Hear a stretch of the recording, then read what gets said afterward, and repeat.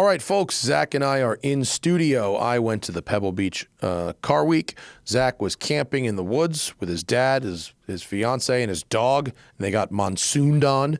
I talk about some of the amazing things I saw up there in Car Week. I talk about doing 1,100 miles in the McLaren 720S and a whole lot more. It's a cruise show. Welcome to the Smoking Tire Podcast. Today's episode is brought to you by Off the Record. You know Off the Record. I talk about them every single week. They're here to get points off your record. Whether you rolled through a stop sign, did a little bit of speeding, all the way up to the big stuff. We're here for that. We are here to help. Off the Record is here to help. Basically, they make it easy to access the systems that get points off of your record. No going to court. No talking to the prosecutor, no standing in front of a judge. Just go to offtherecord.com/TST, send them a photo or a scan of your ticket, and they will handle the rest. Their coverage is a huge portion of the U.S., well over 90%. It's almost guaranteed Off the Record can represent you, arranging for an attorney in the jurisdiction you got pulled over for to go to court on your behalf. They can even help open closed cases. A friend of mine had points on his record from cases that were already closed, and Off the Record got those cases reopened and in some cases got the points dismissed. It really helped my friend get insurance when he was having a hard time getting car insurance because of this stuff, and Off the Record helps. So go to offtherecord.com/TST or download the Off the Record app and use code TST10 for 10% off all legal services with Off the Record. Right? Get an account, make it, sign up, and then you're ready. Then if you get pulled over, you're not going to freak out. You're not going to have a panic attack. You know Off the Record will be there for you. Offtherecord.com/TST or code TST10 on the Off the Record app. Yeah, I mean, that's the whole point of them. Yeah. Otherwise, just get a go-kart. Yeah. Do they have fan boat racing? Florida? Good question. And why don't they have fan boat racing? I feel like they should. Fan to fan. It's the kind of thing I'd like to see racing. The lack of control. I mean, I guess it would be like offshore. Oh yeah. Right. Well, Airboat drag racing. No, we want... No. I want left and I want cornering. Yeah. Exploring the world of airboat racing. There we go. Flatbottomboatworld.com. Ooh, some unauthorized airboat races might involve boats racing around swamplands. Yeah. I mean, that seems fun. So that one is like, this one seems like it's an A to B race. Look at this fucking guy. Guy's ready for it, huh? That guy's ready to crash. That is Valhalla. Spray your face with silver paint. I mean, that is not a small engine. No, it's like that's a big V8 open header. The Ground Rattler 3. What happened to the first two? Yeah, and their drivers. What is airboat? Man, this is a very thorough site. This is like a recipe thing. Oh, that's like a how-to. Flat Bottom Boat World. Sweet. Check that out later. Hello, everybody. Cruise show. We are back. We have run out of pre-recorded shows. And so here we are. That's actually not true. I said that, and then I realized it's not true because I have a show in the can with Nicholas Brown, the CEO of McLaren of the Americas. Oh, yeah, I saw that on the folder. I was like, yeah. That's who that is. He's the CEO of McLaren, and so we're going to air that McLaren of North America, which makes him like the number 3 person in the company. He answers directly to the Michael, who's the CEO of the Global. But, cool. Very cool guy. Very fun. I went on I was hosted by McLaren at Pebble Beach this past week. I had a sweet, cushy gig. Did not involve reviewing their cars at all. All I had to do was make a route and lead a drive of 30 or so McLarens from Beverly Hills to Monterey. And I already do that, so it's not too challenging for me, but very fun. Nice people. How was the route? Well, so, you know, Angeles Crest, they wanted to drive, but it's closed above a certain point. Mm-hmm. Upper Big Tahunga's closed. And the overnight stop was in Ojai. The 33 is closed. So we had to improvise, but we ended up on some good roads. We drove roads that you have driven. I used some roads that we like to film on for the southern part, and then I used roads from the Coastal Range Rally that we did for the northern part. And Carmel Valley Road is delightful in an E30. It's a little tough in a McLaren. It's a little bumpy. The middle section of that road is a little bumpy. Yeah, so nice shape, but the surface is a little. the surface is rough. So I was in a 720S Spider, which rides absolutely beautifully, no problem for me. But the people in the P1s and the 600 LTs were like, "What are you doing to me here, bud? You're killing us." It's like, but that's the way, to get into Monterey without traffic on Pebble Beach week, like that, there was no cars on that road. It's just we had a dead empty run into Pebble Beach the whole way. Wow, that's pretty. It was great. Yeah, yeah, and we had great weather and up until the monsoon on Sunday, and it was very cool. Shout out to McLaren for hooking it up. They gave me that was like pretty much all the work I had to do. Was like Tuesday and Wednesday driving up there, and then I had a 720 Spider and a hotel room in Monterey for the rest of the week. So it was pretty ace. Went to the Quail, brought a lot of outfits, brought a lot of my new shirts. My Panama hat came off the shelf. Hung out with Ali, our friend, and saw his prototype the trailer, cool. the range trailer. They're in the commercial trailers business, Yeah. and if you haven't listened to the podcast we did on Range Energy, you really should, because this guy is a genius. And that photo is his BMW 2002 with the super hot S14 Evo motor in it. Thing rips. And he built the whole car himself, the suspension, everything. Yeah.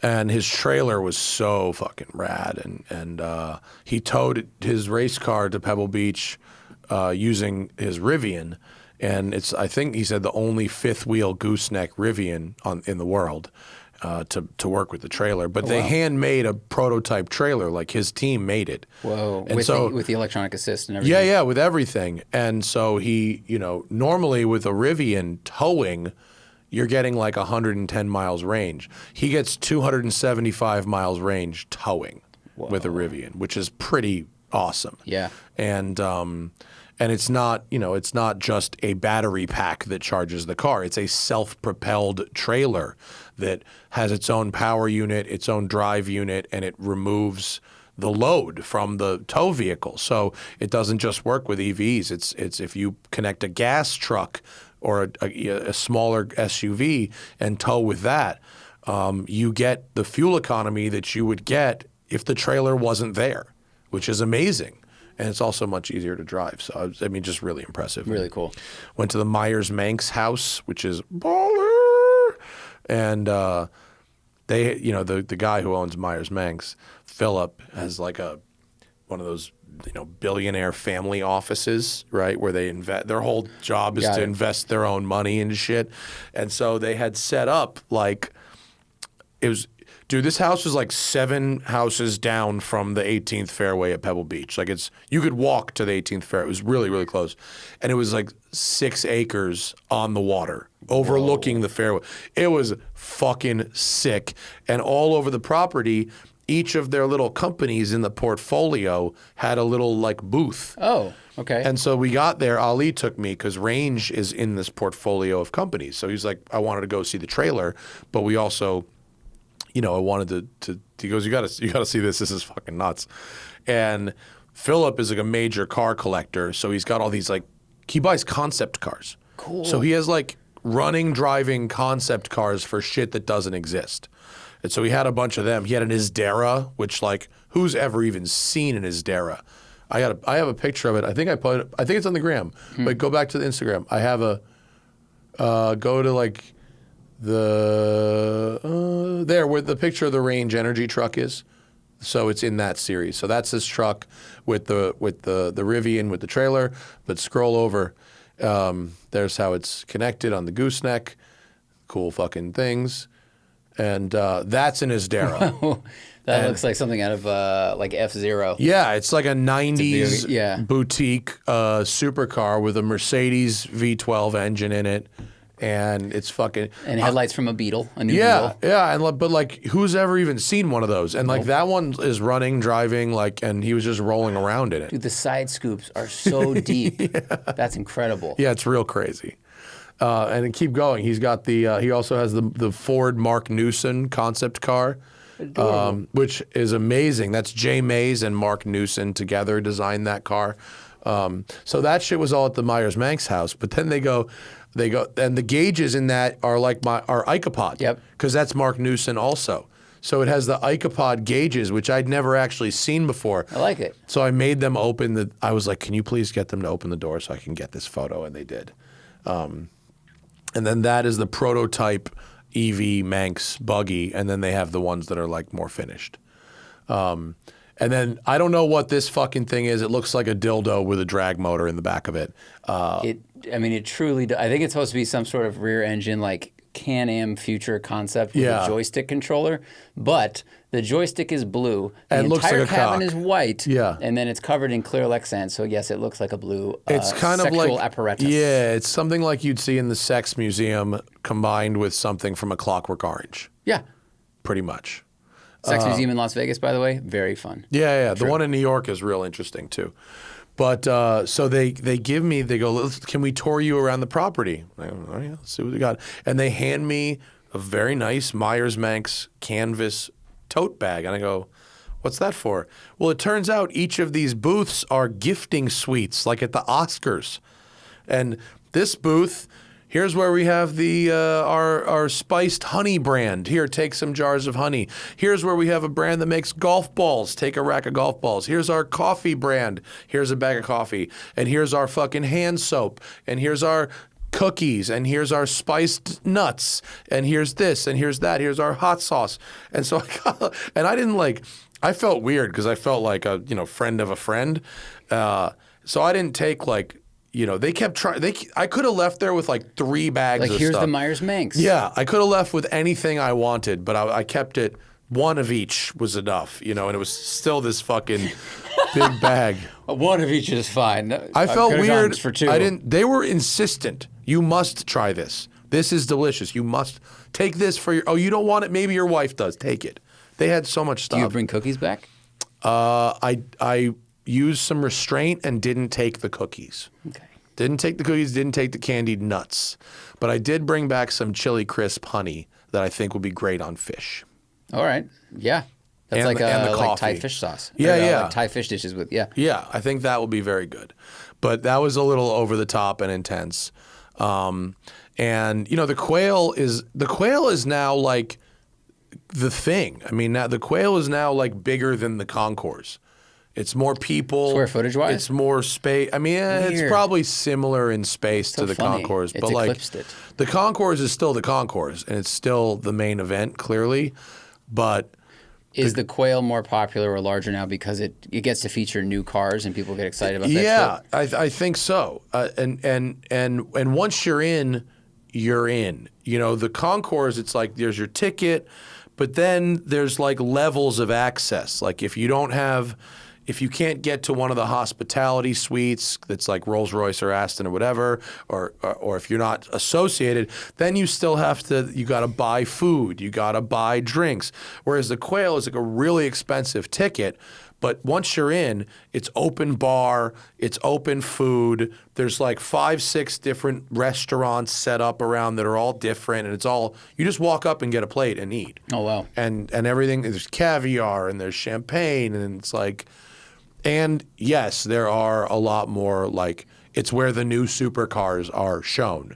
So if you're like a customer, if you're really thinking about buying a Pagani, you can go talk to them there, and you sit in it and you look around, and some of the conversations I overheard were just, some fucking 1,000-year-old guy and his 20-year-old wife going, I like this one, but I think we should get it in matte green carbon fiber. And she's like, I don't know. I really think the gold finishing is better. And like, just ridiculous people, saying ridiculous things, because the pores aren't around to hear them.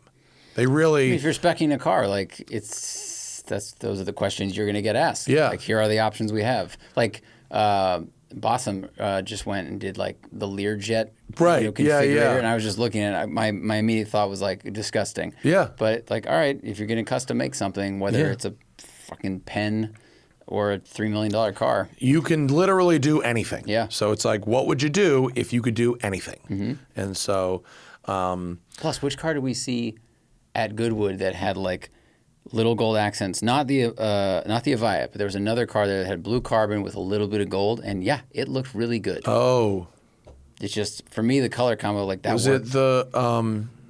It was a Pagani. I think it was. A Pagani. Yeah, yeah. What's the ticket to Quail? Do you know? The retail price is $1,300. On the flip, they're like $2,000, and parking passes were on StubHub for $550. What? Yeah. People are flipping the tickets. Yeah, My it's God. really hard to get a ticket. It's like straight up, it's very hard. Well, to get a StubHub ticket. buys them all. Yeah, So, probably. And then oh look, secondary market. Wow, that's wild. Quail's crazy, and it took me. I mean, look, that's like my demo, right? And so I did one lap of the Quail, just one, and it took me almost 8 hours to do a lap around. I mean, I'm stopping and talking to all these people, but like it was big, and it was all day. By Sunday, I had no voice left. I couldn't. You'll hear it in the podcast that I did with Nicholas from McLaren. Like, that was done on Saturday afternoon, and my voice was, I had like 3 teas before that. By the time I got to Sunday, when I was on the lawn at Pebble, I only went to the concourse for like an hour because I wanted to, I was exhausted. I couldn't speak. I literally couldn't speak. It was like this. Wow. I could not speak. I was talking so much. And also there was this storm, and I had to drive home in it. In a McLaren 720. So did the storm reach Monterey? I have no. idea. Okay. When I left. I got to the concourse at like 8, left 9:30, and even with a parking pass, it took me almost a half hour to walk back to my car. And by the time I was in the car, I had left Pebble Beach by like 10. I drove as fast as reasonably possible for the first half of the drive until I got to like a little before Santa Barbara, a little north of Santa Barbara, maybe San Luis Obispo. And then it started to rain really, really hard. And then it was like, I mean, look, the 720 is great in the wet. It's got regular tires. It's not like Cup 2 tires. It's built in Britain. They have rain there. Yeah. You put the car in like wet mode. And it's fine. And I saw some like cars spun off the road. I saw a gardening truck had rolled over, and there was like fucking rakes and lawnmowers and shit all over the road. But like for the most part, I had an uneventful, very tiring but uneventful drive home in the rain. Yeah, you have to be very focused, which is exhausting. But yeah, I was very focused, and I was very, very tired. But by the time I got in the car, that sitting down in the car to leave the concourse meant I would have at least 7 hours of not having to speak. Right. And I was so happy about not having to talk anymore. And Hannah was out of town. She got back on Wednesday. So when I got home on Sunday night, I didn't speak to anybody until Tuesday morning. So I had the whole day where I was just silent, and my voice finally came back. But it was bad. But I love Pebble Beach. I found some new things to do that are free or cheap and very fun. Works Reunion is the Porsche thing that happens the morning of Quail, but before Quail, and a spectator ticket on site is $40. Very nice. Great thing to do. Saw a lot of nice people there. That's where that was taken. That was at Works Reunion. My outfit was fucking fire that day. Those little robots? No, they're watches. They're watches. It's watches Voltron. It's watch Voltron Right. to turn into a surfing robot. Oh, cool. Yeah, that shirt rules. Gordon Murray, fucking 2 different times in the week, 2 different outfits. Gordon Murray from across the lawn was like, love the shirt. I was like, yep. Got my new watch. That's the Arcanaut Fordite 2, and I put a different colored half-a-strap on it. Very excited. Vinny brought it up to me at Pebble. Oh, that's cool. Because it was a day late because it got held up in customs. So Vinny rode his Fordite, motorcycle that's like up there. The car paint. Right. It's like it pools at the bottom and then they shave it. It's awesome. Well, it pools and gets about 10 inches thick and at it's the bottom. layers of all the different colors they've painted. Yeah, and then they mill out blocks of it and they cut it. So if you cut it So it's layered up, right? So if you cut it horizontally, you get these sort of like amoeba-like patterns. If you cut it vertically, you get a stripe. And mine is cut at a 45-degree angle. Cool. So you end up with a wave-like pattern. Yeah, it's awesome. And I love Black Badger. Black Badger, James Thompson, is one of the founders of this brand. He made the ring, and like Black Badger is known for like crazy loom painting, the glowing paint. So he works on like 6-figure watches, MB&F, and really high-end watches doing their loom work. And I really like, that's his website. And he makes jewelry in like glowing loom paint, and he made some Fordite stuff. And I had asked him a couple years ago if he would make me a Fordite watch dial for a custom Seiko. And he said, I can't because I got this other thing going on, but wait. And so that was this. Oh, and okay. so the company's called Arcanaut. And these watches, considering how much of a visual impact they make, they're actually relatively affordable. They're not super cheap, but they're relatively affordable.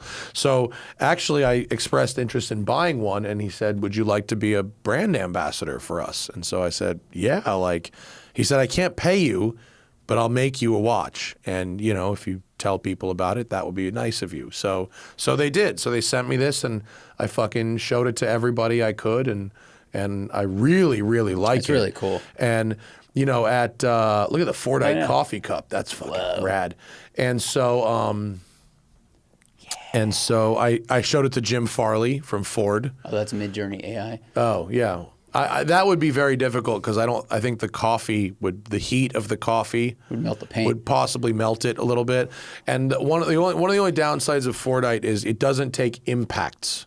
So you can't use it on something where it's going to get knocked into shit. It's kind of soft, right? Because I have brittle. A chip of it, and mine feels like a very hard rubber.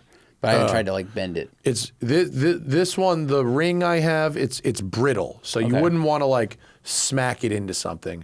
And a lot of the stuff, the jewelry that he makes out of it has a titanium.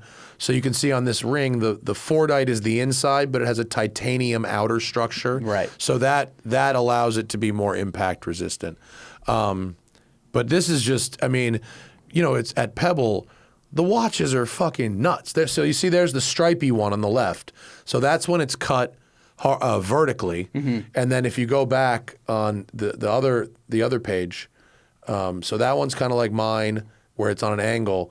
But the one you're on right now, so that's if you cut it horizontally, you get the amoebas. Whoa. Which is that's a cool. very fun one. Yeah. And they sent me 10 different colored straps so I can, because there's so many colors in the watch, you never know what you want to do. So Totally. I'm going with a 1 and a 1. So very excited to rep Arcanaut. And speaking of watches, shout out to all the patrons that bought my watch. Yeah, it sold out. 58 quickly, right? minutes it sold out. 58 minutes. 58 minutes, we sold 100 units. And so that's really cool. And we have another color coming, and I will announce it officially in a little bit. But That's the other one I've seen. Yeah, you've right? seen it. Ooh, Yeah, it you've looks seen good, it. Yeah. And then also really soon we're going to do the giveaway, get that going, the giveaway prototype color that we're not making. And So that's we've the got- one for the blood donation. Yeah, someone asked about it, so okay. Not quite there yet. I promise I will make a big deal out of it when it's time. So, yeah, Pebble's great, and it was nice to not really have a agenda. I could kind of go to the things I wanted to go to, and I got to the gym every single day. Proud of myself for doing that. Nice. Drank a little bit more than I wanted to drink, but it was a lot of socializing. A lot of those parties and stuff where, let's be honest, I needed it. No, I get it. Yeah. So back in the sober train this week, but it was a really fun week, really great people. Saw a bunch of friends, saw a bunch of really cool cars. 80s and 90s supercars are fucking super hot right now. We had Diablos and McLaren F1s and Countachs on the lawn at Pebble. That's the Cannonball car Run with the fling. which just looks hilarious in person. It's like a cartoon, all this shit that's on that car. But it was, and behind it, there's a McLaren F1 LM you can see there. And then behind it back right is Senna's F1 car. And I happened to be standing there when they started that thing up. That sounded pretty cool. Wow. I mean, we saw, we also got, the impact was diminished slightly at Pebble. Folks, got to take a quick break for our sponsor, NASCAR. It's playoffs time for the NASCAR Cup Series. The quest for a championship begins at historic Darlington Raceway, where 16 of the sport's most talented drivers will be tested like they've never been tested before. The competition has never been more intense, with this season being NASCAR's 75th anniversary. Drivers will have to empty the tank if they plan to survive the infamous Lady in Black and put themselves in a position to advance to the round of 12. Enjoy your Labor Day weekend by inviting over the whole crew and turning into the first race of what is expected to be one of the most unforgettable NASCAR playoffs in history. The NASCAR Cup Series playoffs begin Sunday, September 3rd at 6 p.m. Eastern, 3 p.m. Pacific on USA. Folks, got to take a quick break from the action for a new sponsor for your bouncing bundle of joy. Not talking about a baby. I'm talking about your baby makers. That's right. Today's show is brought to you by Manscaped, and they are back with the metaphors for balls. But just like babies, your delicate little guys have sensitive skin and deserve products that are not only skin safe, but made with safe ingredients. And that's where Manscaped's Platinum package comes in. From razors to shower care, this package goes above and beyond the gold standard for your body hair. So treat your beautiful boys to the world's finest toys at manscaped.com. Use our code TIRE20, that's TIRE20, TIRE20, for 20% off plus free shipping. Damn, whoever is writing this ad copy should make more money. I mean, this is great stuff here. James Joyce of Balls. The Manscaped Platinum package is the one-stop shop for the man who deserves it all. They designed this package to allow you to fully align your entire hygiene routine with elite products. It comes with the Lawnmower 4.0 trimmer, the Weed Whacker ear and nose hair trimmer. I do like that one a lot. The Ultra Premium Body Wash, Ultra Premium 2-in-1 Shampoo and Conditioner, Ultra Premium Deodorant, Crop Preserver Anti-Chafing Ball Deodorant. You see, sometimes they just come out and say balls, whereas other times they really dance around the term balls. It's funny they don't just always say balls. They could. Like the Crop Reviver Ball Spray Toner. They say balls there, but they don't always. Maybe they just should. Should they just come out and say balls? No, because then you wouldn't have all the fun and all the jokes. They got to keep it guessing. Keep it fresh. Good point, Clapman. Speaking of keeping it fresh, you'll have your skin product. and hair feeling hydrated and smelling fresh. That's the next line. Damn. Don't forget to apply the aluminum-free Ultra Premium deodorant for that cologne quality scent on the go. The Platinum 4.0 package covers all bases from head to toe and hair to ball fro. Gold! Gold, I'm telling you. Get 20% off and free shipping with the code TIRE20 at manscaped.com. That's 20% off plus free shipping at manscaped.com. Use code TIRE20. Use the Platinum package because the gold standard is no longer good enough for your balls. Now, back to the show. The impact was diminished slightly at Pebble because a lot of the super hot shit we saw at Goodwood. Oh, really? Yeah, most people don't go to Goodwood and Pebble in the same year. That's a pretty privileged experience to go to both. So a lot of the big reveals, the big stuff that was being shown off, like we saw it at Goodwood. You hear that, 100-year-old Pagani man? You can't go to both, but we did. Gordon Murray's track car, the T33 blah blah blah S, whatever it is. It's even lighter and even more powerful and even crazier. It was really cool. You look at this thing. This car, I don't even know what it's called, but it is a 2-seater, but it has no doors. You just climb over and in. So there's like no body lines on the car. It's like totally sculpted. It's very like 46 Buick front. And then it kind of turns into some sort of weird Lamar thing. Yeah, it's like jet age craziness. Yeah. And the old man that's actually sitting in the car is the guy who built it 70 years ago, and he was there. And beautiful 50s Ferraris, beautiful Art Deco French shit. preservation class this and unrestored that, and the picnic sets and the tool kits and it's very overwhelming. It is. So like, this is the correct napkin for the picnic set. This one on my Instagram, there's a couple pictures that you got to see them in a row, and I didn't really explain it so well. So this is a coach-built 1930s Rolls Royce, and it's got a boat tail. It's a two-seater, but it's enormous.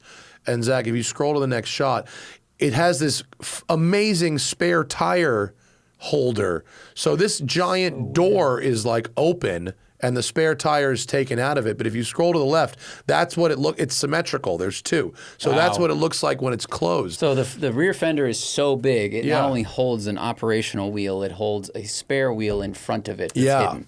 Yeah. And so if you go back and forth, you can see what it's supposed to look like when it's closed. Jeez. It's nuts. Yeah. And then some of these cars had just incredible tool kits. That was the best one I saw.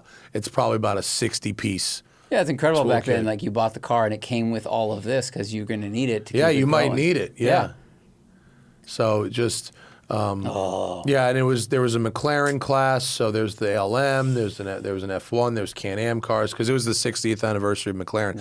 I also met Amanda McLaren, who was Bruce McLaren's daughter, who was very lovely. We had dinner together one night, and she was just the nicest person. Very interesting, great stories. And her husband, Steven, was also super cool. And they've been like brand ambassadors for a while. And I got to hang out with Bruno Senna, who was awesome and telling, he's very funny, very personable, obviously a great racing driver as well, and was just, telling crazy stories about his, Uncle Ayrton, and all this shit. He said he drove Ayrton's NSX when he was 9. Wow. And he was super cool. He drove up on the McLaren thing, right? Yeah, he's like a guest of the brand. So he kind of has carte blanche. But he was super cool. He loved the route I made. He was laughing his ass off because I gave my usual, don't be an asshole speech, because I don't work for McLaren. So Ryan Lewis, who is the man, racing driver and event planner, he did his corporate spiel. He helps organize this event. And he did the whole, you're expected to obey speed limits kind of wink, wink thing. And then I got up there, presumably to talk about the Rallista app that we use. But I then went into I literally said in front of 40 McLaren owners and their executive staff, I said, it is incredibly irresponsible of this company to sell any of you cars. It's like, these cars are way too fast and you guys can do stupid things in them. And I think I did a pretty good job of making it seem really uncool to drive like a shithead. I was like, you're actually going to be not cool if you do this. Like, if you fuck up and make all of us look bad, like, you're not cool. Mm-hmm. Like, it's cool to have fun and to not cross double yellow lines. You know what I mean? Like, so so many people's wives were like, thank you so much for doing that. I didn't want to have to nag my husband, but now he doesn't want to seem uncool in front of you. And I'm like, yes, good move. So, yeah, because they all want to try and be the fastest on the street, which is so stupid. Yeah. Yeah. So, and God, the 720S is so great. You don't need a 765. You don't need those fucking Senna seats. Comfort seats, Spider, regular tires. That is where it's at. It's an amazing car. I did 1,100 miles in this car in a week, and my back didn't hurt. My neck didn't hurt. In and out of this thing. Never scraped the nose once. Decent fuel economy. Listening to podcasts and the radio, giving people rides in and out of parking garages. Like, I just want one of those to just be my car. Like, forget a fucking weekend special toy. Like, that's a great car. Just as a car. Big trunk. You should see, I brought more luggage on this fucking trip than I've ever brought anywhere. I brought 4 pairs of shoes. When have I ever? Outfits. Never. I brought 2 hats, 4 pairs of shoes, 3 blazers, like a different Hawaiian shirt for every day. Like, I've never packed so much for anything. It was awesome. It's an amazing, amazing car. I mean, it is one of the best all-around vehicles I've ever driven. Yeah. From, like you said, comfort to speed. And it's not like it's soft and comfortable, but it gives up a little bit in feel. Like it has the best steering, in my opinion, still. Yeah, because the it's steering's electro-hydraulic. And then it also rides brilliantly. Yeah. It's so incredible. It was great. You just 7 hours road trip, no problem. Sit in a traffic jam, no problem. Blast up a canyon, fantastic. 17-mile drive at regular speeds, just great. And then, to do 11, it's one thing to like have a go in one of those and then come back to your regular car. Mm-hmm. To do 1,100 miles in one and just have that be your car for a week and then get back in my Ford afterwards is like, I didn't really realize the speed that I could just take regular corners at. And I'm not talking about being a shithead, but like just the ease at which you can carry, speed through certain stuff and, the level of like sure-footedness on the ground versus a regular car. Once your body is fully saturation calibrated in a car like that, which happens over hundreds or thousands of miles, going into another car is very, very hard. Well, you're on a road and the speed limit is 55, and then you approach the yellow sign that says recommended speed 35. Yeah. In McLaren, you don't even think. You just go, whoop, 55. You go around at the same speed. No problem. Yeah. And I had absolutely no fuck-ups in the car at all, at car behavior. I mean, this was an old car. This wasn't just like a brand new press car they gave me. This was clearly a car where the guy driving it is going to be doing a lot of miles. He's not going to be reviewing it. So it was like, it had like 5,700 miles on it when I got it. That's old for a press car. Which for a press car is very old, for especially a really exotic press car like that. But it was tight, and they gave me the opportunity halfway through the week to change into a different car if I wanted. I was like, nope, perfectly happy here. Don't need or want anything else. This car is fantastic. And yeah, and I almost, when I got home, I was really close to asking Laura, like, do you really need this car back? Like, can I just keep it for like 2-3 weeks, just fucking roll around in a bit? I didn't want to overstep my bounds because I'd already driven it a lot, but it was very tempting to be like, hey, I know you Let's get a McLaren long term. I know you don't need this car, and I know it's just going to sit around for a while. But, 5,600 miles on a pressed McLaren is a lot. But this thing was tight, worked great, drove great, no issues. It was awesome. And watertight. Very important. Yeah. You tested. I did test, yeah. Fortunately, I didn't have to go through any, because, on the Spiders, the intakes are down at the bottom, so you don't want to drive through a deep puddle in this car. That would be really bad news, but I didn't have to. And do you have the electrochromic roof? Yeah. That's nice. Yeah. Because it actually darkens very significantly in that car. Like, Yeah. You don't really feel... What did we drive recently where, like, even with it in darkened mode, you felt a lot of the UV coming through? What was it? Lucid? No. Well, Lucid came through because it has the huge windshield. Lucid's not electrochromic, though. No, It's a it's just kind of Ferrari I don't know. 812? No, I don't That was remember what it longer. was. That I don't know. McLaren does a good job where it's like It's the world fast. goes very opaque very Yeah. quickly. Or sorry, Yeah. the sun goes very opaque very quickly. I left it dark except for at night. And actually, I drove it with the roof off most of the time. I put a lot of sunscreen on, and I drove it with the roof down almost all the time. Fucking great car. Mm-hmm. Just no complaints. Just such a nice thing, especially with the comfort seats and the regular ass tires. You don't need any of that extra shit in that car. I didn't take enough pictures of it. You'd have to go back to the picture of me and Ali to see it. Ember orange. But yeah, the only thing it was missing, radar cruise. If it was going to be, it had cruise, but it wasn't radar cruise. And so if I was going to buy one, I would definitely want to spec radar cruise. Definitely. Such a nice road trip car. And you want to have that. Right. What else do we have on the thing? Did you see the story about all the fucking tickets that were issued in Monterey during Car Week? No. The Monterey PD's Instagram account is hilarious. They put up all the stats of all the... cops wrote 135 tickets during Monterey Car Week. Whoa. Which is a pretty small police department. 211 cars stopped, 10 arrests made, and 1 for doing 94 in the tunnel. You know the tunnel, right? Where's The tunnel in that connects Monterey? downtown Monterey to Cannery Row. It's like a quarter of a mile long. It's in the city. I don't know if I've You ever have to been in be. it. So first off, you have to be a grade A fucking moron to goose it in this tunnel during car week. It is the most obvious place for a cop to be hiding at the end of this tunnel. They're hiding there every year. There's always a grip of them. When you go out the tunnel, when you're going the other way because my hotel was Cannery Row, when you're going the other way back into Monterey through the tunnel, you can see like 10 cops at the end of the tunnel. And one guy's just standing there with a radar gun, and then they're lined up on the side waiting to go fetch. It's literally like me and my dad with a shotgun and a pack of dogs.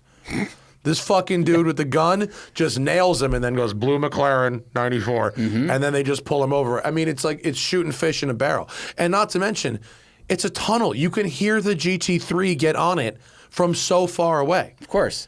It's insane. And these fucking morons are just ripping it through this tunnel because they are babies who can't help themselves. And they're all getting tickets. And then at the other end, they go, oh, shit. Yeah. What was it? The Monterey Police Department Instagram? Yeah, their Instagram, Monterey PD. I think that's it, yeah. They look at their stats. Oh, my God. They're the new totals, Car Week totals. Here's the totals: 256 traffic stops, 176 citations, 8 vehicles towed, 10 arrests. Wow. Isn't that crazy? 176. I mean, it makes sense, like the crowd that's there.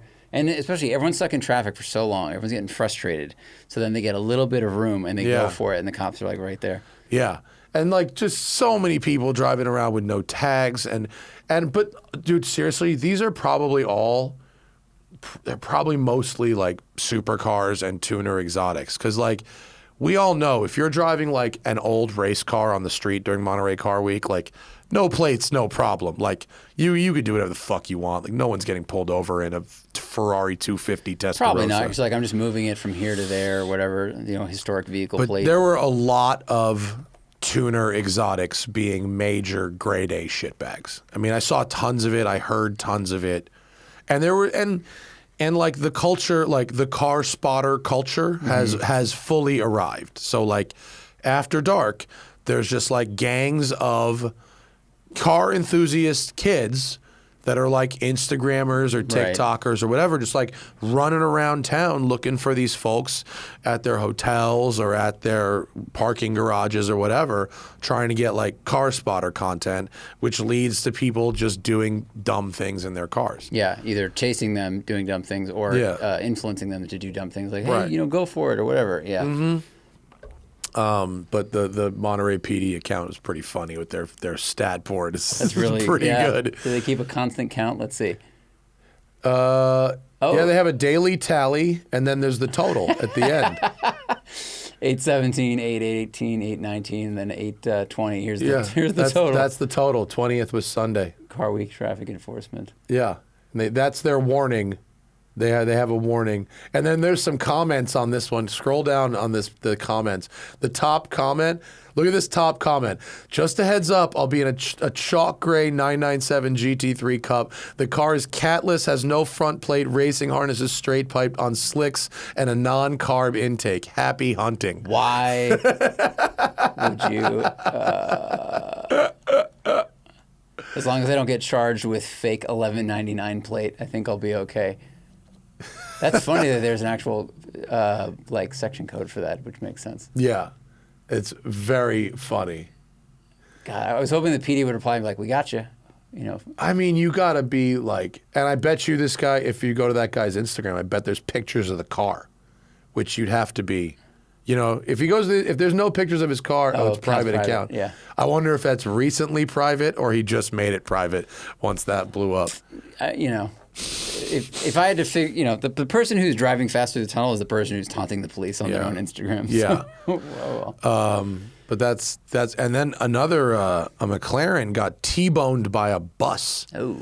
And allegedly the McLaren ran a stop sign on 17 Mile and got T-boned by a bus and fucking sent into the weeds.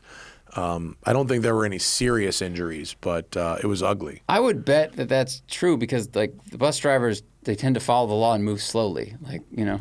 Yeah. Well, I mean, we'll see if a camera comes out or something like that. Yeah, I don't but, know. You know, the bus driver, like, literally their job depends on them being safe. Yeah, pretty nuts. Yeah. But yeah, I mean, it's a good time, and there's a lot. You know, the one of my favorite things to do during Car Week is totally free, is to watch the Tour d'Elegance. You know, go down on Highway 1 between Pebble Beach and Big Sur, and bring a little picnic, bring some breakfast, bring some coffee, and just sit in a turnout. And you know, all the cars that they charge $500 to see on the lawn, they come to you. You get to hear them. They're driving by. Sometimes they're goosing it pretty good.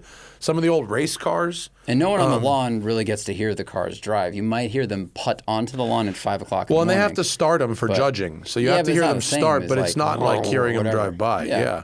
So one of, you know, me and Ali and Sacramento Ryan and our friends from up in Sacktown, we went down on Big Sur and posted up with some breakfast, and that was great, and that cost absolutely nothing, and it was very, very fun.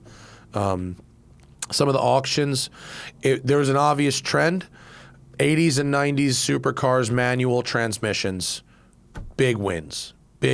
Everything else was soft. Even the old 50s, 60s classic big money stuff. Still big money, but a little soft. They all were kind of just at the lower end. You know, Glickenhaus's Ferrari 412P that they estimated 40 to 50 million, got 30 million, and it was only one bid, which is like, yeah, it's 30 million bucks, and I guarantee you he didn't pay 30 million bucks for that car, but it was not a win. And a lot of the other auctions were kind of soft. Yeah. I mean, some stuff did all right, but the, you know, manual transmission 90s, 2000s supercars were pretty strong, indicating, you know, that's what a lot of people want to have in their garage. They want something they can drive. Right. You know, they don't want something that they're just staring at, really. Any Countachs? Any red Countachs? I didn't personally see any, but I didn't look that. There's so many auctions going on. And at night, you kind of have to either go to auctions or parties.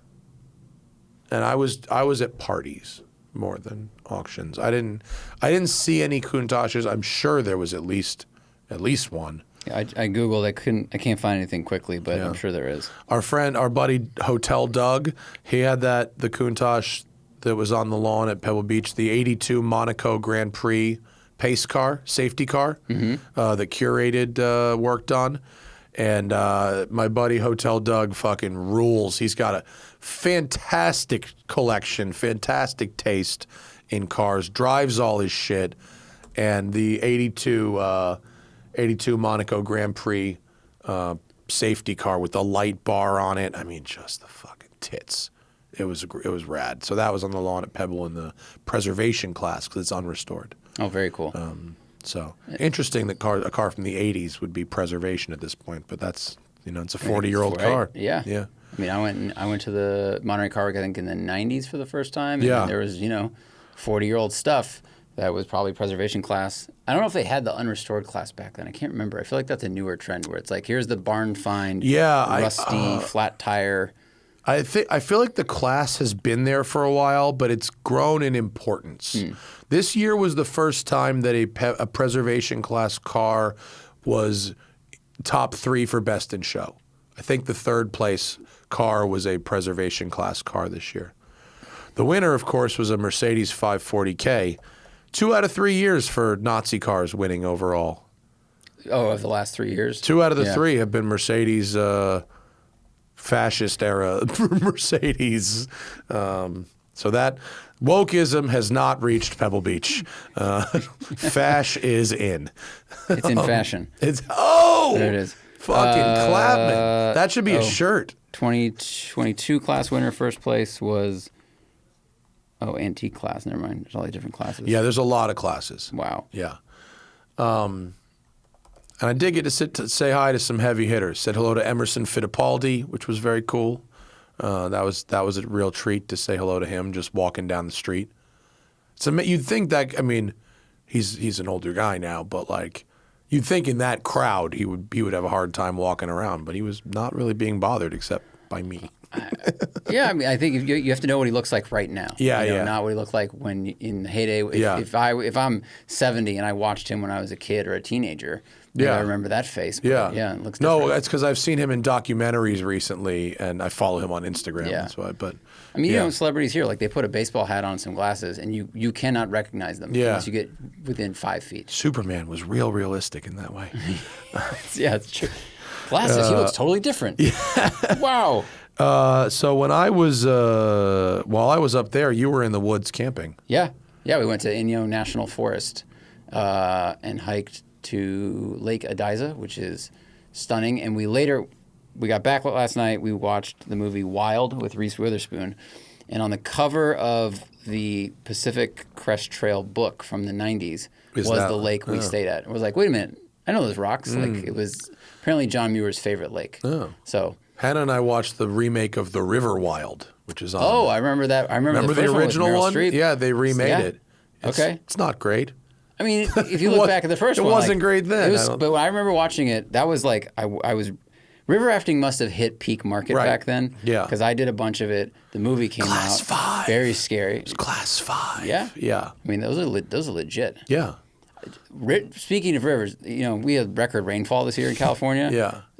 So all of the waterfalls were going real hard. I bet the rapids are huge. So you were in a tent during the rainstorm. Yeah, we got to our spot on, I think Thursday, right? And then Friday, some neighbors. We had like these 6 neighbors in our campsite. Was it an established campsite? No. It was so. No, we were like total backcountry. Totally backcountry. You know, you find places people have been. Yeah. They've cleared some ground. You're like, all right, people have camped here. This is a good spot. And there were 6 folks next to us. And the morning they were leaving, this guy comes over and he's got like Garmin watch, Garmin GPS on his hip, and an iPhone with like weather alerts. He's like, hey, have you guys seen this? And we're like, and I'm with my dad and I'm with my fiance, my dad, and his friend. And my dad and his friend have done this for 40 years. Yeah. OG, they're not bringing, like, they left their phones in the car. And they're like, no, what does it even say? They left their phones in the car? Yeah, they don't want to bring their phone. There's a service. Emergency? My dad rents a sat phone. Okay, all right. But now, with iPhone 14, you have satellite emergency everywhere, which I'm glad I got this phone before the trip. Because like your dad's 75. He's 75. Totally. Like you need to bring an emergency communication device when you're camping at 75. He's been bringing that for a long time for that reason. I think once they hit 60, he's like, we probably should bring this, because he's also like in his time he found someone that had a compound fractured ankle that he had to help with. He put an IV in somebody once that got helied out. Like, he's seen people get hurt. Dude, the River Wild, the drama starts when someone fucking trips and falls and cracks their skull. Yeah. That's the factor. The catalyst. That's the catalyst The hero's for the journey. whole rest of this fucking movie. Yeah, go on, sorry. I mean, if you fall down out there, like you're very you're aware, in trouble. You're in big trouble. Yeah.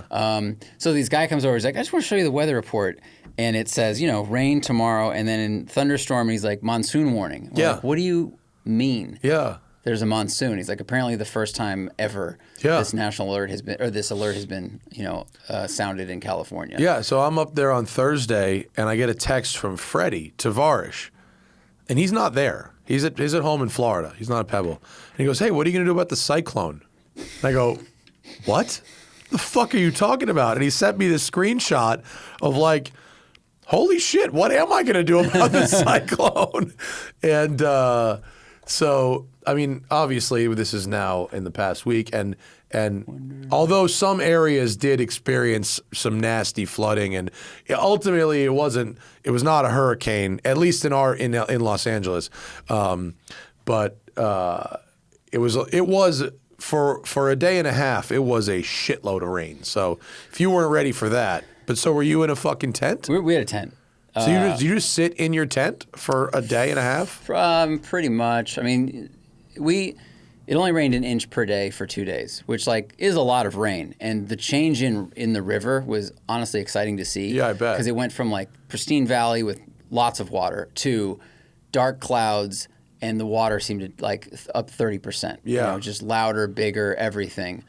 So once you camp, I mean, you brought the dog, but like once so fun. Once you camp, Is it now just gathering wood and making meals? You can't make fires. Well, you mean because of the rain? You couldn't make fires? You're not allowed to make fires in that part of the forest. Oh, shit. Because of fire danger So stuff. what did you bring a stove? Yeah, of course. Okay. I mean, we had, like, camping with camping veterans, not actual veterans, is great because they know how to make amazing stuff out there. So, like, we ate better while camping than we do most of the time here.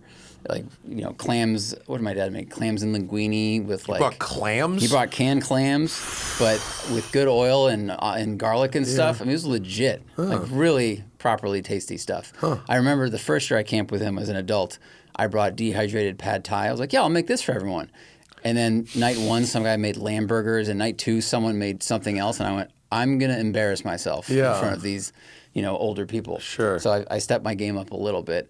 But the rain, we decided we were like, we have one day we could either walk out or stay. And my dad and his friend didn't give a shit about the weather warning, and so Sarah and I were like, all right, we'll stay, and it should be fine. And it was wet and it was annoying, and it you know, curtailed our ability to like go explore, but we had good rain gear and we had lots of tarps. And I terraformed because one of our friend's tent was getting water under it, and because he was in a small trough, and so I just like cut moats with a shovel around his tent, and like and all of a sudden you just like make a slice in the ground, and the water just goes. I was like, that was all under your tent. Oh man! So I was a 5-year-old like at the beach basically. I had one of my gutters get clogged with like, you know, a stick or something, and you know, it was like overflowing the gutter, and I went up on the ladder and I fucking pulled the clog out, and the rush of water that went down there was like a fire hose out the bottom. I mean, it must have been a couple 100 pounds of water sitting up there waiting to get out. It was very, very rewarding. Yeah, exactly. Yeah. I felt really good. I when have mastered water. I had mastered the earth. I was like, whoever credits Rome with the aqueducts is giving them too much credit. This is pretty simple shit. Yeah. Like I dug some trenches and it directed the water around. Hannah and I were inadvertently very lucky that our new house is on the very top of a hill, so all water runs away from our house, which is both directions, which is really nice. Yeah, that's important. That's incredibly convenient. Houses, tents, everything. Yeah, we were on a little, very slight hill, and I was glad because other people were getting kind of flooded out because it rained for so much. Yeah. Yeah. And yeah, the drive home with the fucking cars, there was cars, people. All of a sudden, there's a car like facing me at one point. I was like, oh, that person fucked up. So we drove home yesterday on 395, which is east of the Sierras, and for people not from California, the thing you want to know is this is mostly like high desert next to mountains. There were floods that had covered a lane on the highway, and there were still signs up, and there was still water coming down, spilling onto this highway, like south of Mammoth.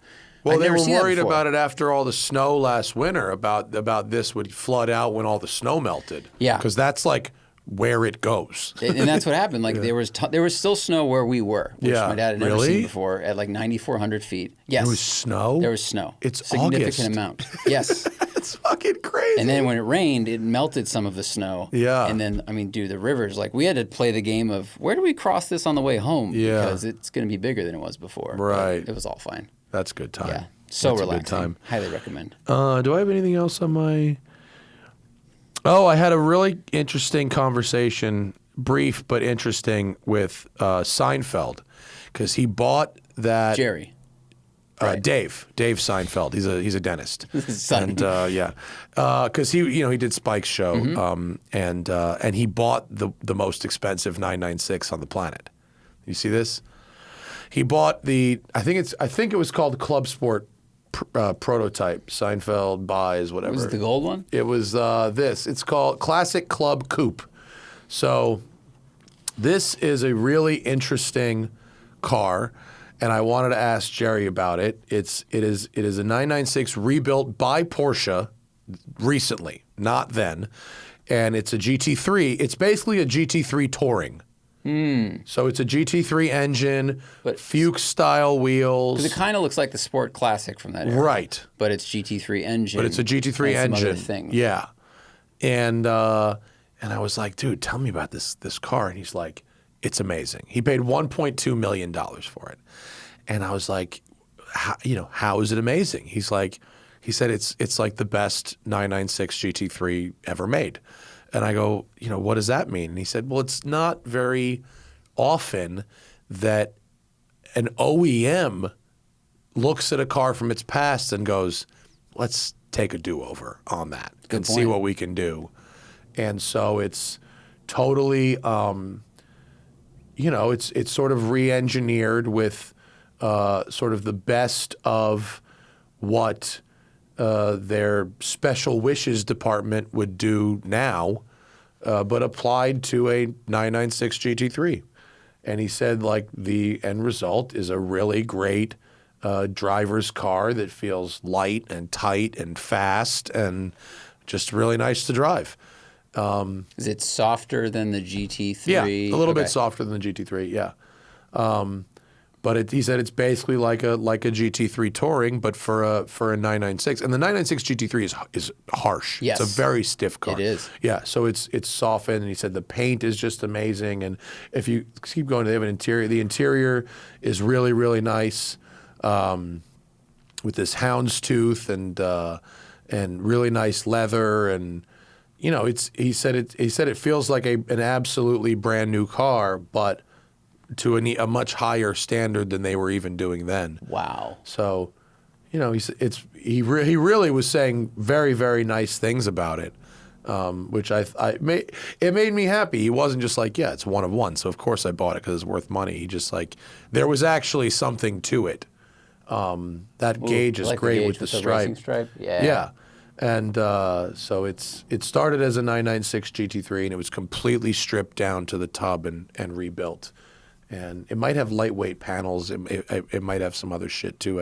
We didn't get too into it, but he said it was just so nice to drive. He was very excited about it. And wow. He doesn't care about money anymore, so whatever. Who gives a fuck what it costs? But it's cool. But that allows him to buy things he likes, not things that he thinks will appreciate. Yeah. Or maybe he buys some things he thinks will appreciate, but. Cool. I mean, if he likes it, that's what's important. Yeah. So that was a fun conversation.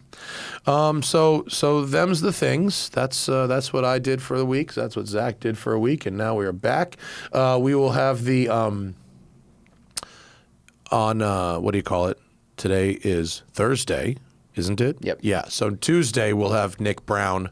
From McLaren. It'll be that podcast that I recorded in a very strangely big ballroom.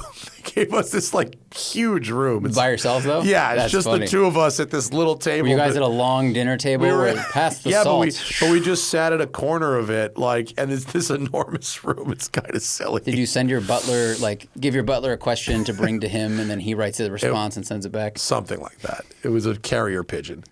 So let's go to the Patreon. Of course, we appreciate all of you guys, especially everyone who bought a watch from me.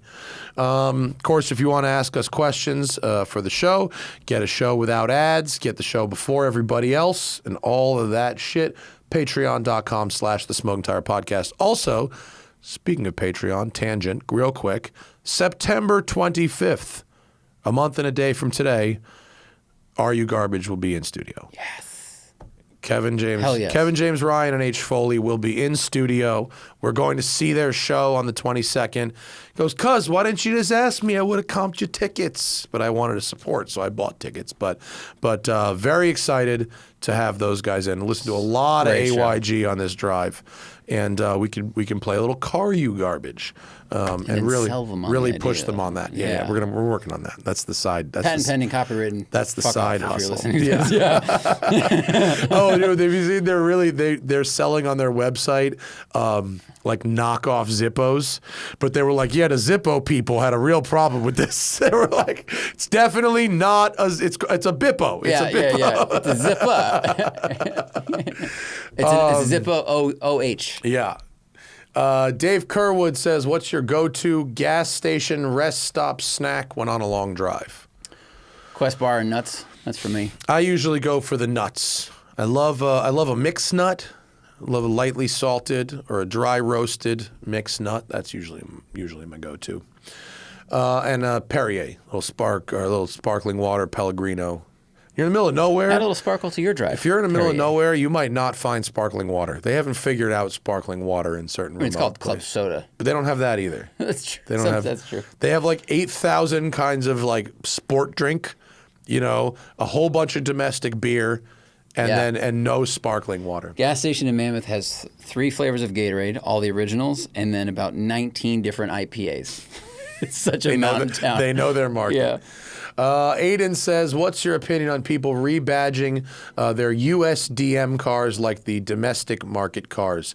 Example, Chevy SS as a Holden or Acura NSX as a Honda, et cetera, et cetera.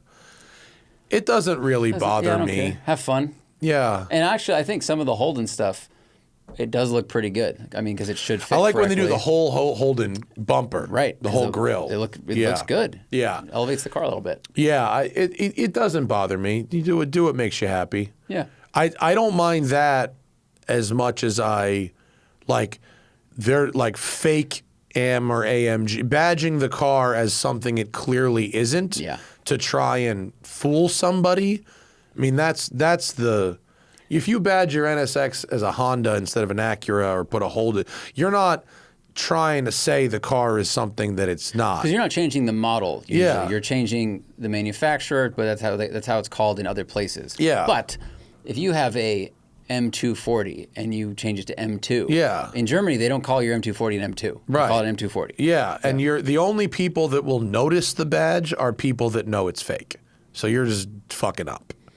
I assume they're trying to hit on someone. They're going, no, I got the fast one. And then hope that There was quite a few fake badgings in Monterey. Really? Yeah, I don't think they were.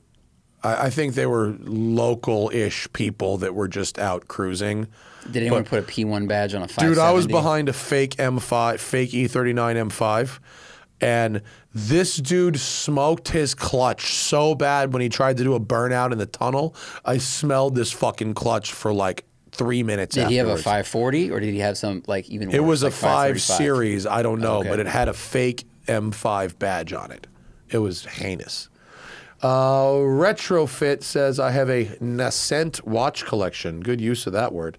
Is there ever a reason to buy a new watch versus a cool depreciated vintage timepiece? I personally can't think of one. Sure. I mean, the same reason one might buy a new car versus buying a used car. There's almost always more value in buying the used one, but some people just like the feeling of a brand new thing. It comes with the box. It comes with a warranty. It's just the satisfaction of doing it. Now that with watches, they're often better taken care of than with cars, and they're simple. There's less to go wrong, and there's fewer, stories, things to work at. It's not like someone might have crashed this car and fixed it without you knowing. But like, I don't like to buy vintage watches so much because they're not as durable as brand new watches. Almost all brand new watches you can take a pretty decent beating, whereas watches from the 60s or 70s, you could break them pretty easy, and I do. So if you are the kind of person that can wear a vintage watch and not fucking wreck it, then yeah, they're great. But if you know that that's going to be you and you're going to buy something vintage and break it and have a hard time getting it fixed, then you don't necessarily have to buy a brand new watch, but you would want to buy a more modern watch and, maybe get it used. But yeah. Ivan Capote says, drove an Elantra N for Car Week. It's a great car, doesn't feel as premium as Integra Type S or Golf R, but has features you don't normally see at that price point. Accurate so far. Yeah. Has your opinion on that car changed with the release of the Type R, a GR Corolla? Is it a top choice for fun, inexpensive driving? Well, we had the Elantra Type N on Performance Car of the Year last year, and we also had Civic Type R and the GR Corolla. And the whole staff at Road and Track determined that the Elantra N delivers basically all the speed that those other cars do. It lacked certain things. I liked the feel of the shifter and the clutch better in the Type R. Mm-hmm. I thought the Corolla was a little rowdier and a little more aggressive, and that was fun in sort of a rally car way. Plus, it was all-wheel drive. But for lap times, it was right there, and it was a lot cheaper than both. It's like $13,000 cheaper. It's a lot right, cheaper Civic than Type both. R. Yeah. Especially Let's try. Even if you ignore markup, it's over 10 grand cheaper. Yeah. On a track, if you get a Civic Type R with the PS4Ss, which are optional, versus the Cup 2s, and you had those cars on the same tires, they are the same speed. It's incredible. It's a couple tenths either way, maybe. And the Elantra, if my memory serves, rides better around the city, at least this city. It's softer sprung. Yeah. Civic Type R It's is firm. fun, but it's very firm. Yeah. And I think the Elantra has lumbar support, which the Civic does not. And the Integra, I like the Integra more than I like the Elantra, but it's $15,000 more expensive. It's a lot more expensive, and it's not really any faster. Yeah. So the Elantra N is a great car, and it deserves all the nice things that people say about it. And it consistently ranks high in our Road and Track Performance Car of the Year tests, as did Veloster N. Veloster N won in 2019 when we did that test. It beat out supercars. Flannel Bob says, someone who's been in the automotive sphere for the majority of their adult life, what are your favorite oddball and quirky cars? And what are some of the coolest untraditional engine and drivetrain configurations that have caught your attention? Tough question.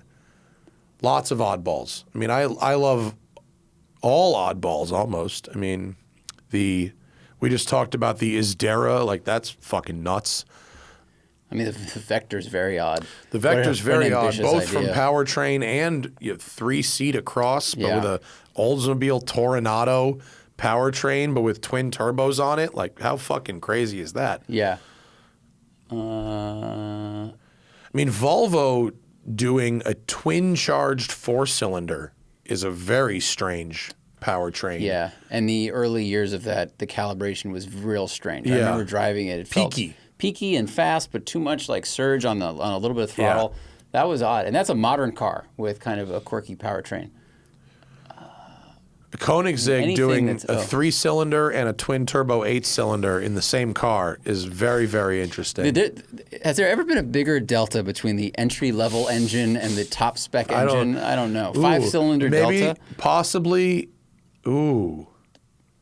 I wonder if if there's any country where you could get a BMW 5 Series with like a shit pile 3-cylinder in it. That would be like. Do they sell versus that a in like twin, Croatia or something? like a 7 Series with a 4-banger, and then with a 12. Yeah, versus a 12. That may be, you may be able to get that somewhere. That's a fun game. What's the biggest delta in cylinders? Count Yeah. between? Is there any car that can get a 4-cylinder and a 12-cylinder production? I don't know. I bet there's a 7 Series somewhere with a 4-banger. And possibly an S-Class Mercedes. Also a good point. If there's a hybrid, I don't know what they're doing in Europe with the really small diesel. There might be a diesel 4-cylinder. That's true. Diesel. S-Class. I think let's go gas to gas. Yeah. And if anyone's listening, put it in the comments. Yeah. I mean, in 2010 they talked about a 4-banger S-Class. Oh yeah. The 2011 Mercedes-Benz. Oh, that's the diesel. Yeah. Yeah. If you include diesel, there's definitely 4 to 12 for probably both the 7 Series and the S-Class. There's so many fucking quirky cars, dude. Like the Nash Metropolitan to me is really quirky in proportion, look, idea. One of the heads of GM left, I think, to create Nash, which in hindsight, like that seems like a mistake. Yeah, I mean that's a really weird car. Anything with 3 wheels. I was offered and have accepted the new Polaris Slingshot for a press loan. I did not like. You didn't. But when I went to The last Germany, one you really didn't like. No, not at all. When I went to Tegernsee last year, there was a guy there from Polaris who was a head engineer on the Slingshot. And this guy owned race cars. He raced regularly, and he said, I know you hated it, but we've re-engineered like 85% of the car. It has a new engine. It has a new gearbox. It has new steering. It has all this new shit. And the people who work on it, who engineered this, they give a fuck. And so I said, all right, I will try it. So they offered me a new one, and I said I would. And then once they offered it and I said that I would take it, they were then kind of hesitant. They were like, wait, what are you going to do with this thing? I said, I'm going to evaluate the dynamics of the car. And they're like kind of hedging. And I was like, here's what I just told them what I just told you. And they're like, okay. So here we go. We'll see what happens. Get your helmet ready. I know. Yeah. All right. Morgan's. Also Morgan's. Morgan three-wheeler. Yeah, Incredible. or even four-wheeled Morgans. The Plus 4 is awesome. Aero Super Sports, awesome. Let's see. Derek Yegan said, I recently got a speeding ticket driving an Altima through the desert. My friend and I laughed about big Altima energy before it happened. Yep. What other cars have this big energy? Who would you bet on to win a race across LA during rush hour traffic? So I mean, any car where the people who are driving it have nothing to lose. That's true. When you are at a stage in your life where you are really just don't give a fuck, everything is on credit, you know, you got nothing. So it's like Challengers that look like Hellcats but are really 6 cylinders, Altimas, the shit you get at the buy here, pay here lot. That's where it's at. I've also noticed people that own TRXs drive like different. Assholes. Yeah, that's different. And I mean, that's brand new, but yeah. That's different. But that truck has a big Ultimate energy to it. Yeah. Travis says, any plans to attend Audrain concours or back-to-back posh car events? Too much to ask of the wardrobe. I love the Audrain. It's great. But I have a lot of work, and I can't go on a lot of car events as vacations. And I did the Audrain, and it was great, and the really nice people. It was a lot of fun. But I did it as a trip with my dad. Me and my dad take an annual vacation together. And this year's trip, I'm actually bringing him on the Road and Track Hudson Quattrocento with me as my guest. So it'll be a road trip that we're taking together, but he's going to get to watch me be in a position of authority, which will be fun. And I asked... I think they're going to have me in a BMW XM, which I'm really not excited about. But I've heard good things about that car. I understand it's heinous looking. It is, but I'm curious to see what your take is, because it's supposed to be very nice inside, very comfortable. That's what I said. I said to Mac Hogan, like, look, my dad's coming with me. He's 6'5", you know, and he's 70, so something comfortable. And he said, I've got you in an XM, and I went, ugh, but. Okay, fine, probably. So that's probably what it is. Get an Escalade V, whatever the hell. I should really ask Bentley for a flying spur. I mean, that's really just all I want is a flying spur. All the pizza in my belly says, what have you heard about expected lifespan for a mechanism like spring drive with its mixed mechanical electrical mechanism? Will it be serviceable for the same time as a traditional movement? And is there a market for Seiko to produce solar timepieces with accuracy? Well, a couple questions here. One, I mean, I don't know about the expected lifespan for a mechanism like spring drive. I don't see any reason that with regular servicing that it wouldn't last forever, really. The service intervals are like 5 to 10 years. It's same as a mechanical movement. I don't think it costs more to service than a mechanical movement. I've never gotten one serviced, but I'm happy to let you know how much it costs once I do. I'm sure you could call it, if you really cared, you could call a Grand Seiko boutique and ask them. I was told 5 to 10 years, but I've never had one long enough for it to matter. The one I bought in 2016, I sold in 2021, and it didn't need service. So, and Seiko already produces solar timepieces, as does Citizen and some other people. The Seiko Astron line is a solar, and they are very accurate, and you never have to wind them or anything. And so, yeah, exists already. JD says, what unobtainium car announcement or unveiling at Pebble most caught your attention? Like I said, most of the stuff we saw at Goodwood already, so there wasn't really anything at Pebble that we hadn't already seen. You saw the new Zenvos. Oh, yeah, the new Zenvos. Those are very interesting. They are very hardcore. The interiors are quite pretty. Lots of exposed carbon. on that one, the Aurora, the black and red one in the front there, you can actually see, it's hard to see in this photo because we're kind of zoomed out, but at the base of the wing, right in front of the base of the wing, you see that little bit of yellow? Yep. That's actually the shock tower. So you can see the cantilevered suspension through the bodywork right there, which is pretty cool. You can see it better there. You can actually see that's the coil spring. It's horizontally mounted. So they're going to be insanely fast. You know, they look pretty aggressive. It's a fixed tub, so you move the pedals and the steering wheel. You don't move the seat.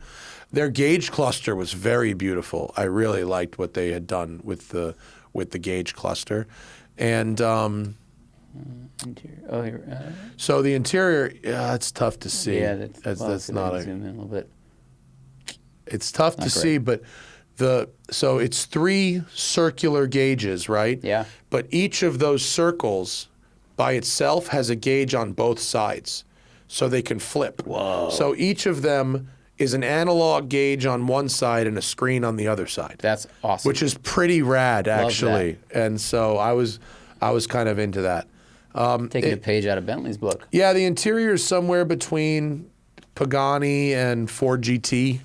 Yeah, it looks like a lot of bare carbon. Yeah. Some sharp angles. Very light, lots of carbon. Yeah. Probably insanely fast. I mean, 1,850 horsepower, I think. Yeah, So, ridiculous. Yeah, that's a lot. But attractive in person. But these cars, like, I don't want to take anything away from them. I bet they're nuts, but it doesn't really do anything for me. You know, the Tag Turbo 911, the one we saw at Goodwood, the Stefan Johansson car. I mean, that's the shit. Where you have a Formula One engine in a 930 turbo, you know, to drive on the street. That's incredible. The Gordon Murray track car looked crazy. I think because the first Zenvo, when it came out a few years after Koenigsegg, I think. But they just seem to have struggled to build the brand equity that Koenigsegg has. Right. But, you know, they had delivery problems, some mechanical problems. Yeah. It's hard to get. We've never gotten press access to one. Very few people have. And their engineering, you know, their carbon work is good. It's their everything they're doing is good. And I don't want to take away from them, but it's not like Christian where you go, this guy is an actual mad scientist and he has all these other technologies that he's making money from, and the supercars seem kind of like playing. I think it also, for me, it makes me more attracted to the Koenigsegg brand because I know there's just this amazing mind behind it, and they demonstrate it over and over again that there's a lot of engineering and progressive thought, like now with the manual electronic transmission. Yeah. You're like, that's brilliant. So it makes you kind of breeds an allegiance to the brand and interest. It's not just huge horsepower and a carbon tub. Right. Which is what a lot of these other cars kind of are. Yeah, this almost seems like, and I don't mean this disrespectfully to either one, it's kind of like the Dutch version of Hennessy. You're like, this is a big power carbon car, right? But we have a lot of those now. Yeah, we've seen this. Yeah. We've seen this formula. Yeah. And it's not a showstopper necessarily, but I am super excited for the McLaren 750S, which was unveiled up there, and it's evolution of the 720 with the 765's exhaust and gear set and the Artura's user interface. Fucking stamp that, dude. I'm calling that a winner.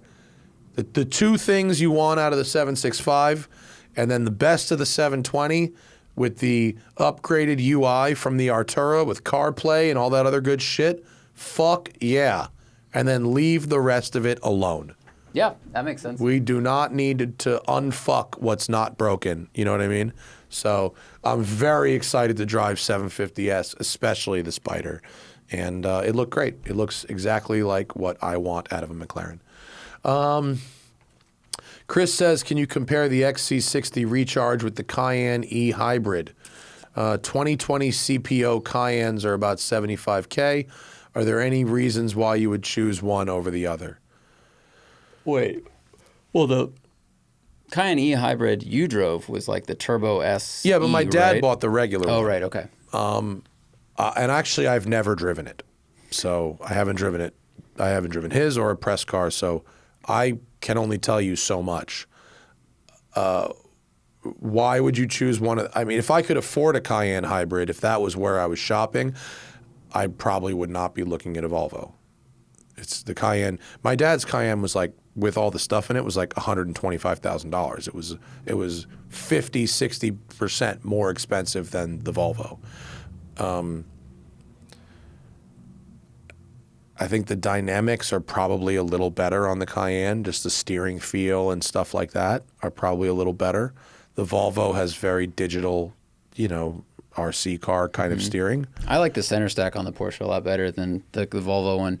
The Volvo does such a great job with seats and seat materials and door card materials, but for me, like the center stack looks cheap. It just, Piano black, lots of piano black, and like the little, the chrome-looking plastic scroll wheel, like all that stuff. It just looks like it's less expensive, which it is. I mean, look, XC60 Recharge, the one you tested, brand new, was the price of a 3-year-old Cayenne hybrid. Yeah, so it's also a weird comparison. New versus used is kind of tough. That is tough, but they're nice. Yeah, I don't have a real answer to that one, and I'm not necessarily cross shopping that.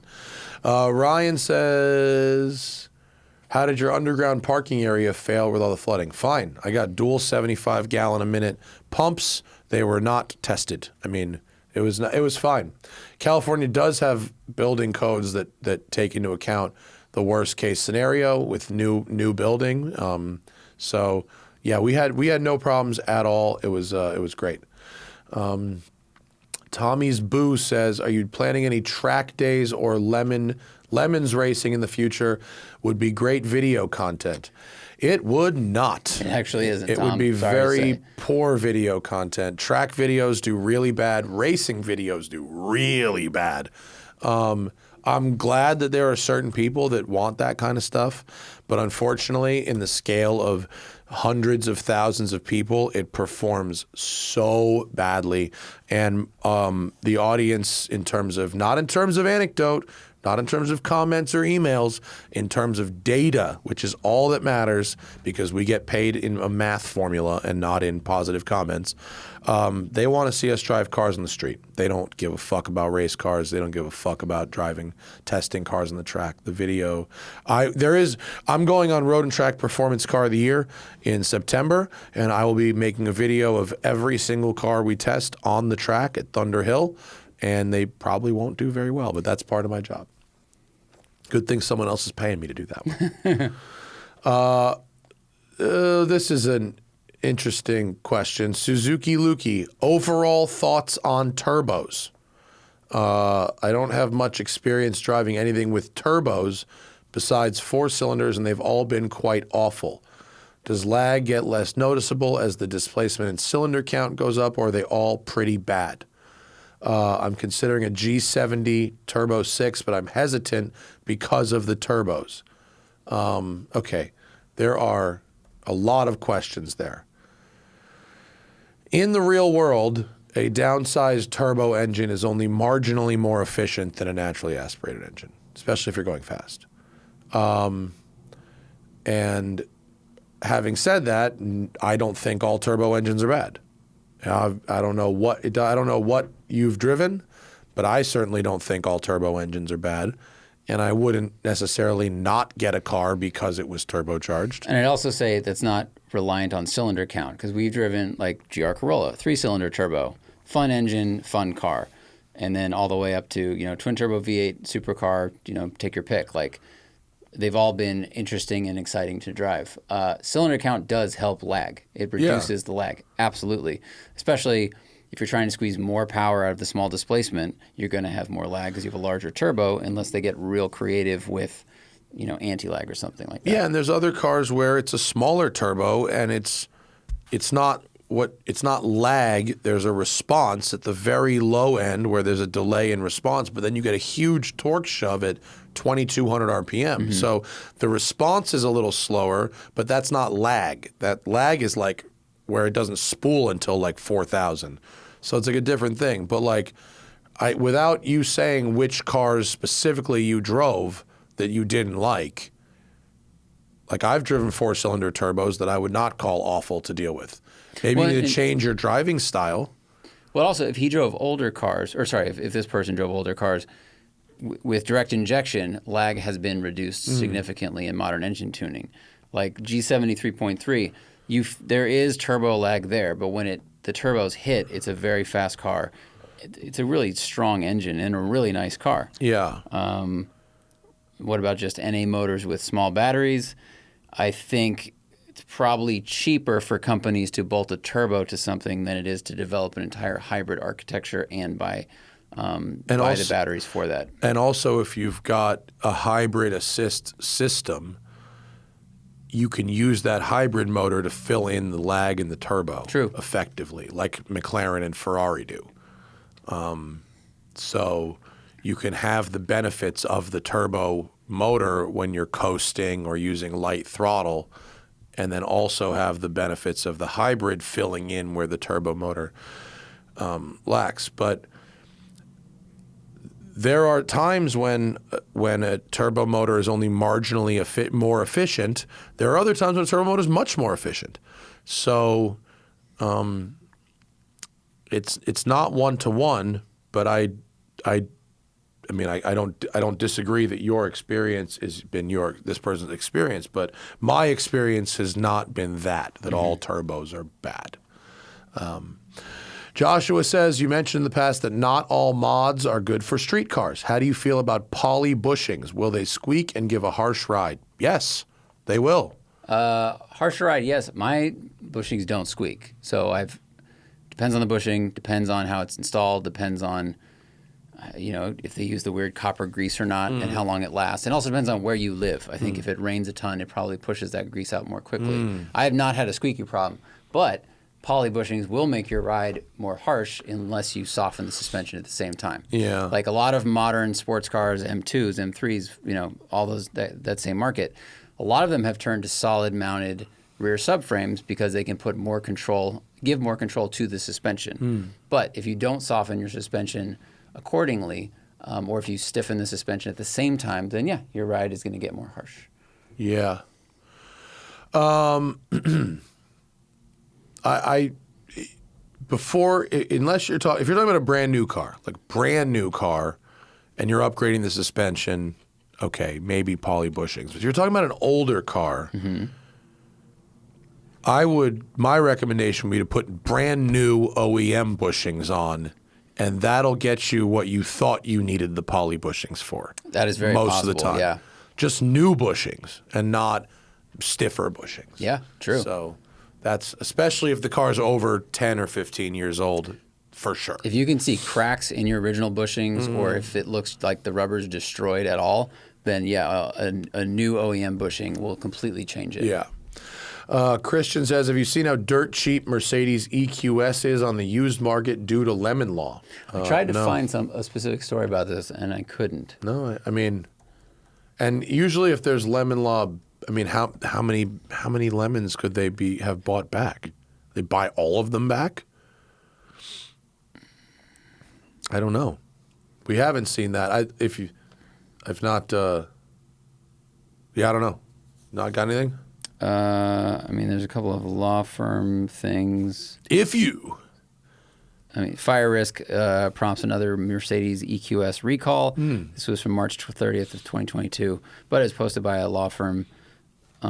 It's not like I can't find anything in Jalopnik or whatever. Yeah, so don't know. Follow up in the comments.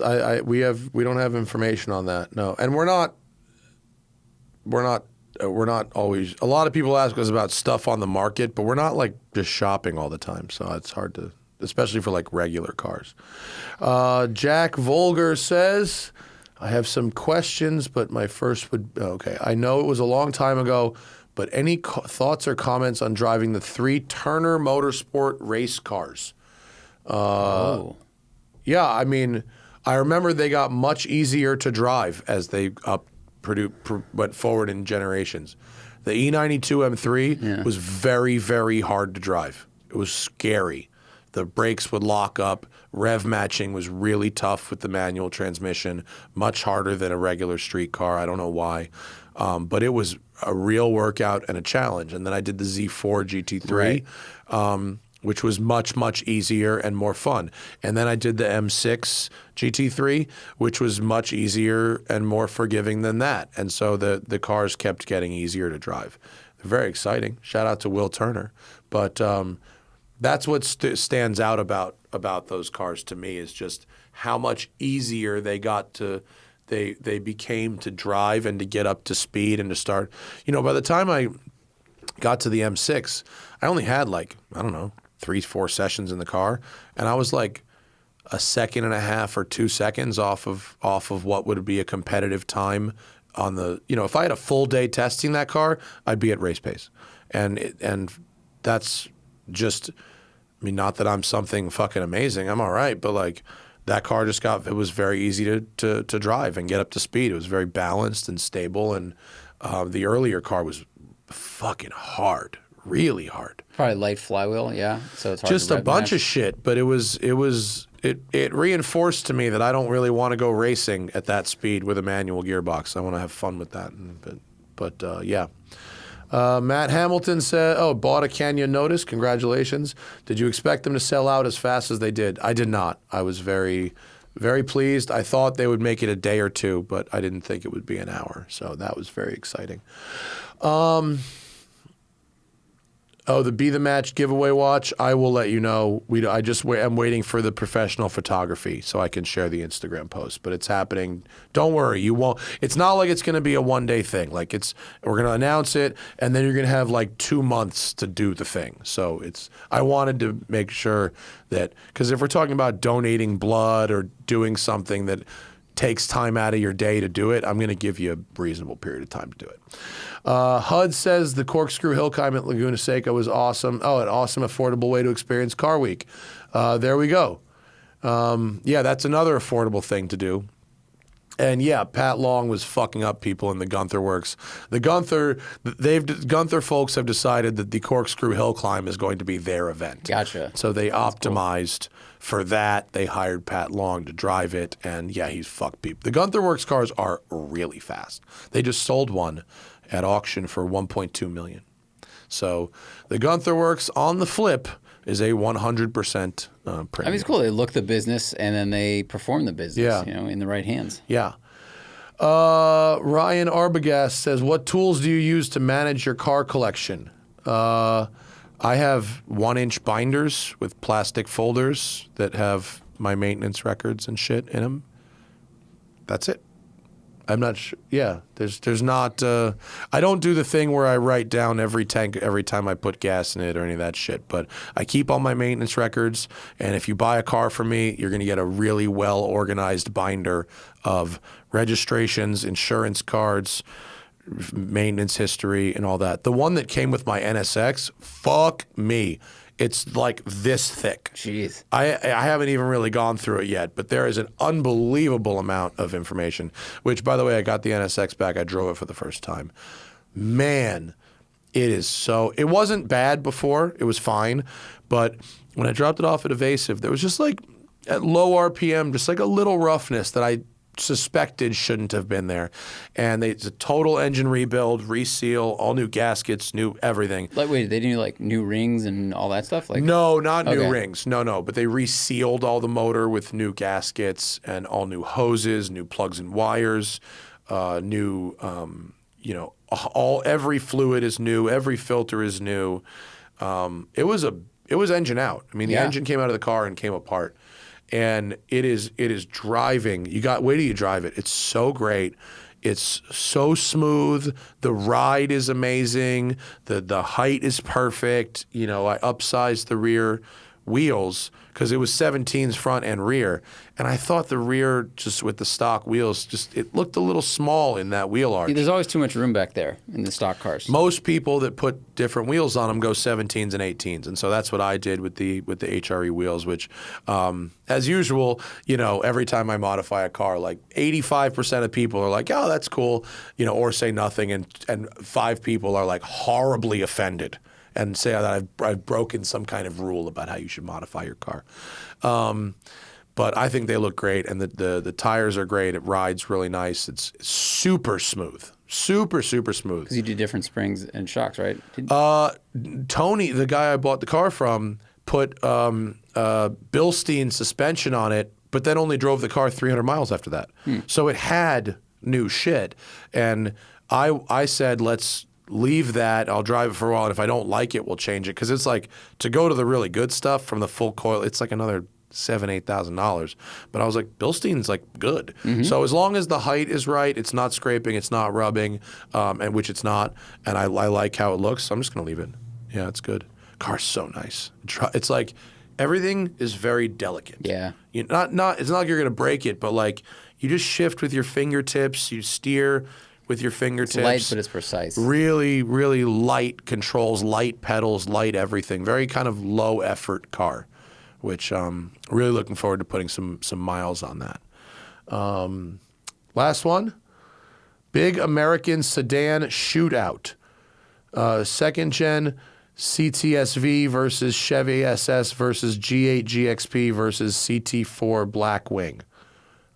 When I looked on Auto Trader, they're all within $10,000 of each other. Well, Chevy SS and G8 GXP are the same car. Yeah. The Chevy SS is just a better version. It's a newer version. I think it looks a little better as well. Looks a little better, and the later ones had MagRide. Which is The last which is 2 a wonderful years. invention. Yeah, Chevy SS with MagRide is excellent. Having said that, I'd probably rather have the CT4 Blackwing, which I think is very agile, especially if you get it with all the goodies. Because the CTSV, that gen, only came in automatic, right? No, That was manual too? Gen 2. Gen 3 is automatic only. Oh, okay. Gen 1 was the Right. old one. The one that felt like a vet sedan. Those are not so great. Yeah. The Gen 2 is the supercharged one, 09 right, to 12. Yeah, and then Gen 3, yeah. Ooh. I mean, look, the CT4 Blackwing is fundamentally a new car. You're talking about 2022, 2023 model year car versus cars from 2014 and 15 or 2012. That's the smart way to think about it, Matt. I'm going CTSV. Okay. It's got more attitude. Sure. I'm going to go CT4 Blackwing. Yeah. Yeah. Well, that's our show. Thank you for joining us, everybody. We're recording in studio tomorrow with Aloisa Roof, daughter of Alloy Roof, and the person who's going to be running that show eventually over there. She's got a lot of cool things. We didn't even really talk about what they were doing, what Roof was doing at Pebble, but it was pretty cool. And I didn't talk about it because we got a whole show on it. So live, folks, tomorrow at 10:30 a.m. Pacific with Aloisa Roof, which will be very fun here in studio. And then you get that show that I recorded in the grand ballroom of the Monterey Plaza Hotel with Nick Brown, the CEO of McLaren of the Americas. Very, very cool show. And that'll get us a little bit ahead, as it were. And then we'll have more crew shows. Alex Roy will be in studio next week. That'll be fun. He's got a really interesting story to tell. I bet. Yeah, he's here for a reason. Does. It's not a random pop in. He did a really fun and interesting thing that I think is going to be a great story he wants to tell. So thanks for listening, and we'll see you then. Bye.